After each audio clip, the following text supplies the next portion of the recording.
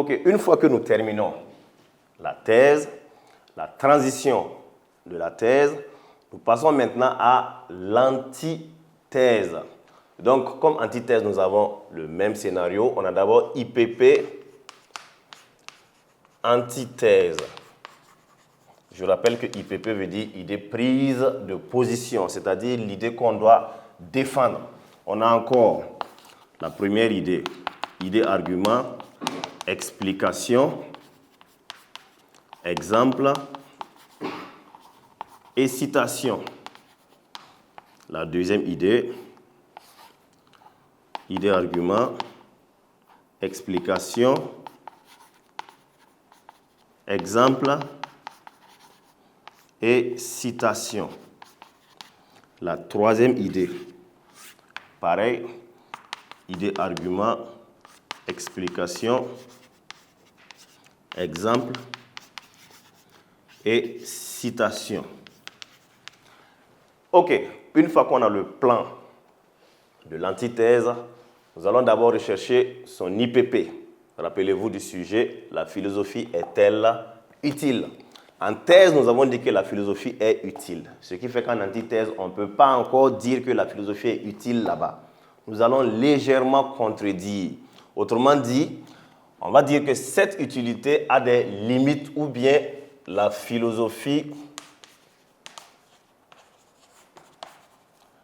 semble souvent inutile. Voilà, ou encore, cette utilité a des limites. Ces deux phrases veulent dire la même chose. Autrement dit, nous allons légèrement contredire ce que nous avons démontré en thèse. Maintenant, une fois que nous avons l'IPP, c'est-à-dire la philosophie est souvent inutile, il nous faut 3 idées arguments pour montrer que la philosophie est inutile. Déjà, à tout hasard, les idées qui nous viennent en tête, la philosophie c'est un bavardage inutile, ça parle. La philosophie, ça ne résout pas les problèmes concrets. La philosophie même éloigne l'homme de Dieu. Donc, si ça éloigne l'homme de Dieu, c'est que ce n'est pas trop utile dans la vie de l'homme, puisque nous savons que l'homme est un être qui croit forcément à un être supérieur. Donc, du coup, si la philosophie vient à l'éloigner de Dieu, c'est qu'elle est inutile dans sa vie. Donc, c'est juste des exemples d'idées que nous proposons. Une fois que nous avons les 3 idées, nous devons les développer en suivant le même schéma, c'est-à-dire idée, argument, explication, exemple, citation. 3 fois. Et lorsque nous finissons maintenant les 3 idées, nous devrons encore faire la transition. Et la transition, ça se fait de la même manière comme la transition qui quittait de la thèse vers l'antithèse, sauf que là, nous avons 2 possibilités. D'abord, on peut tout simplement quitter de l'antithèse, c'est-à-dire la phrase introductive de la transition. On rappelle une ou deux idées de l'antithèse et on pose directement la question de la synthèse. Comme encore, on peut revenir carrément en arrière.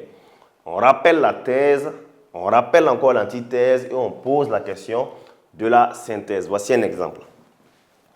Si d'une part,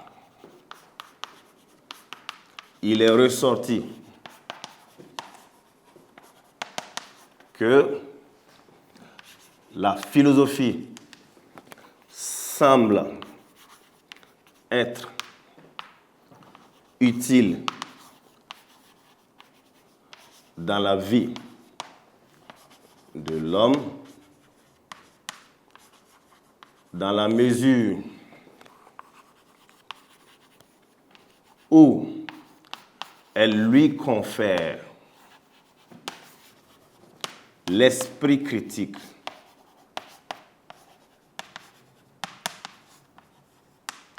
et la sagesse, par exemple. On a donné une deuxième idée. D'autre part, cela veut dire que c'est l'antithèse qu'on est en train de résumer à ce niveau. D'autre part, cette utilité a des limite car, on va l'appeler une idée, elle éloigne l'homme de la religion. Point. Donc, on a rappelé la thèse, on a rappelé l'antithèse. Maintenant, il s'agit de poser la question de la synthèse. Cependant, ne reste-t-elle pas indispensable pour l'homme?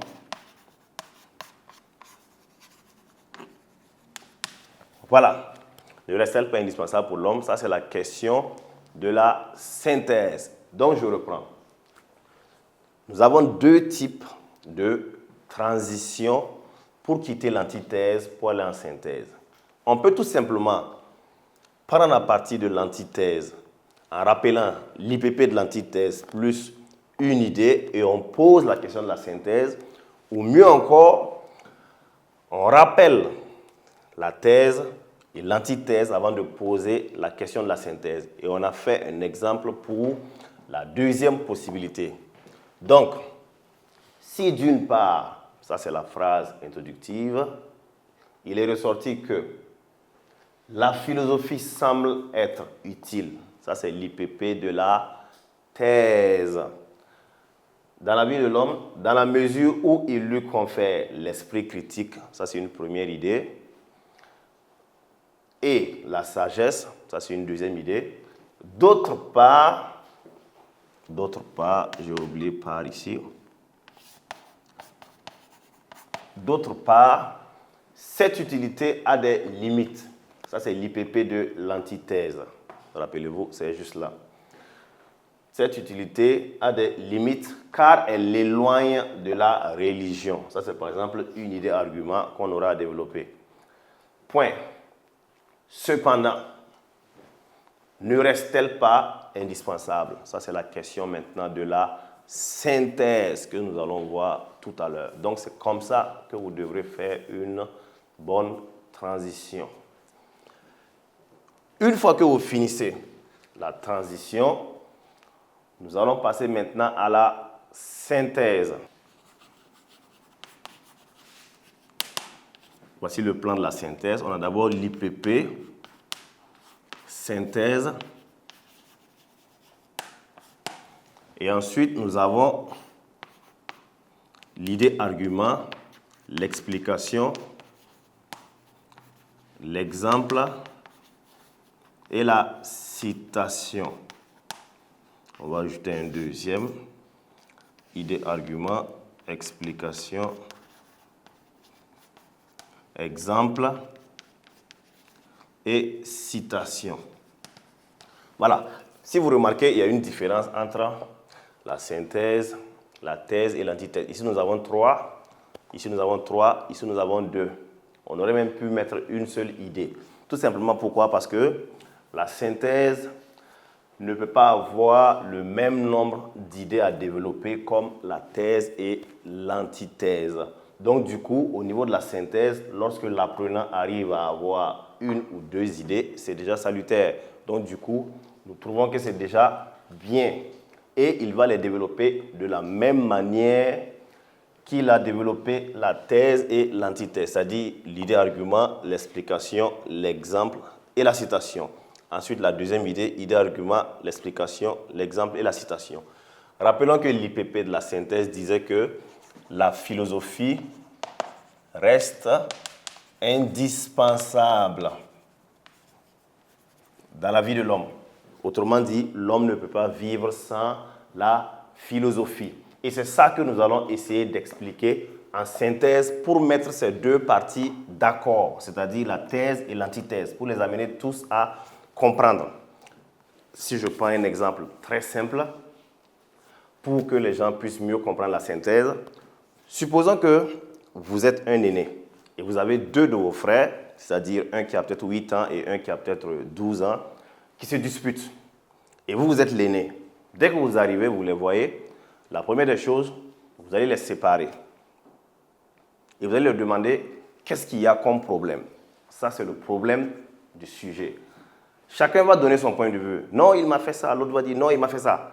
Vous voyez que c'est deux points de vue différents, c'est-à-dire la thèse et l'antithèse. Mais maintenant, qu'est-ce que vous allez apporter comme solution pour résoudre le problème? C'est ça la synthèse. Vous allez leur dire, par exemple, que vous êtes des frères, vous ne devez pas vous disputer, pour les amener tous les deux à être d'accord. En synthèse, c'est ce que nous allons proposer en montrant que la philosophie reste indispensable dans la vie de l'homme. Et nous aurons à développer une et deux idées. Comme je le disais tout à l'heure, si l'élève arrive à développer une seule idée en synthèse aussi, c'est passable. Une fois que nous finissons maintenant la synthèse, nous allons passer maintenant à la conclusion.